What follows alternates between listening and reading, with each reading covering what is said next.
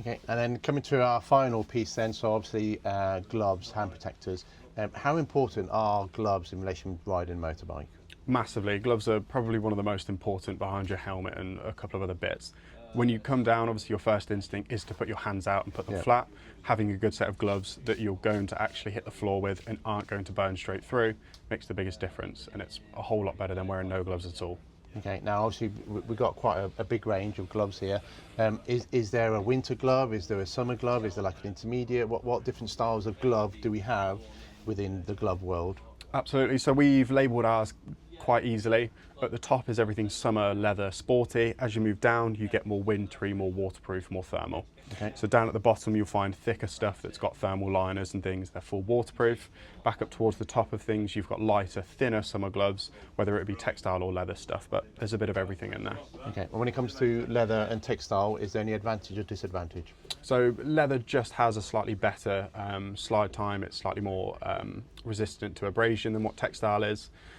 Generally, that's about it. There's no real major differences at that point. Okay, and some like the jackets and the trousers, do they have an A rating for safety? So gloves don't really have any sort of true rating system. There is a CE standard, which it has to meet to be ridden across the UK and Europe. But apart from that, gloves are kind of just as strong as they're built by each manufacturer.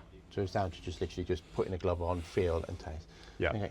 Now obviously these have got quite a big bit of a cuff, whereas these have got very little cuff. Why the difference in cuff length? So these are designed a little bit more to be track and sports focused. When you're on track, you're required to have a large cuff on the glove to overlap with whether the suit that you're wearing or the jacket that you're wearing.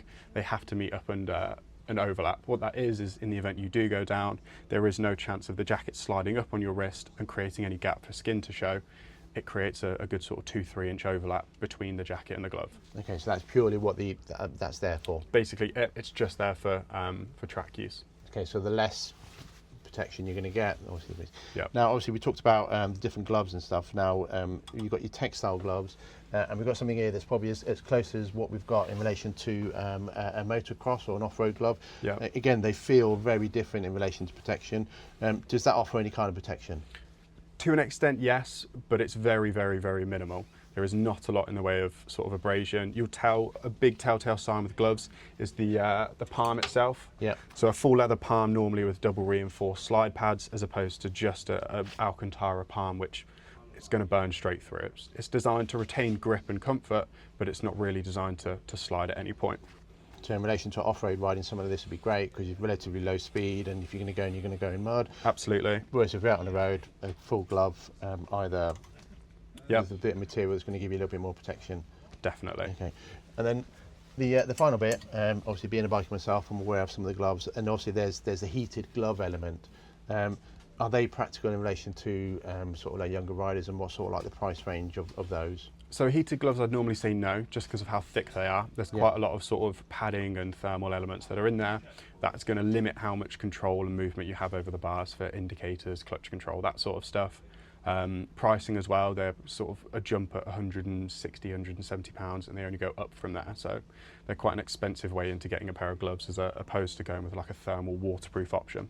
Okay, and if I were to get, for example, say a summer glove, could I use a summer glove with an inner lining to give me that protection and warmth for the winter glove, or should I get a pair of each?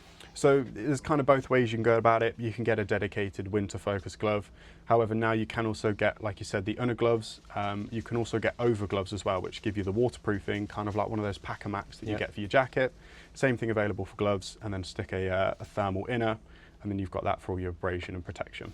Okay, and what we're talking price-wise difference? I mean, you can see here they're like, these are about £50. Yep. Similar at the bottom, how much would, if I was to get one of those, if I wanted like an over glove or an inner glove, what we were talking about? So inner gloves, you're £10, £15. Over gloves, again, you're the same sort of money. And then it's just a case of choosing whatever set of gloves gets on with you.